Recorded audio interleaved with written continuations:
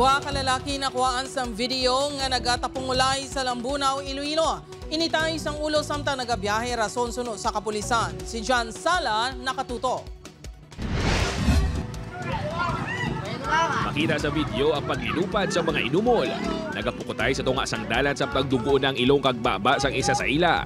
Ining natabo sang weekend sa Barangay Poblasyon Ilawod, Lambunaw, Iloilo. Suno sa Lambunaw Municipal Police Station sa alias Juan nga tricycle driver kag alias Pedro nga isa naman ka motorcycle rider ang nagasundanay sa dalan sa nagluntad ang hindi pag-intindihanay. Sang ginusisa sa kapulisan, hindi man kilalahay ang duha.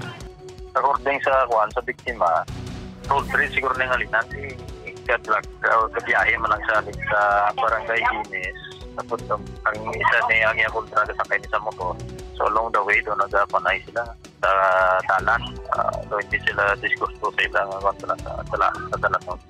Matapos ang initay sang ulo sa dalan, nag-overtake na si alias Pedro. Sa naglampot sa bahin sang barangay nga nakuhaan sang video, dito na sinigin sulong si alias Juan. Bangod sa insidente, nakaangkon sang pila sa ilong si alias Juan suno sa kapulisan. Gitinguan man sa kapulisan nga matumod kung posible daan nga hilikot-ano ng pag-atake ni alias Pedro kay alias Juan, apang wala sang may matuad ang biktima. Hindi man mapatod sang kapulisan kung taga-Banwa sang Lambunaw o kung pangayaw si alias Pedro.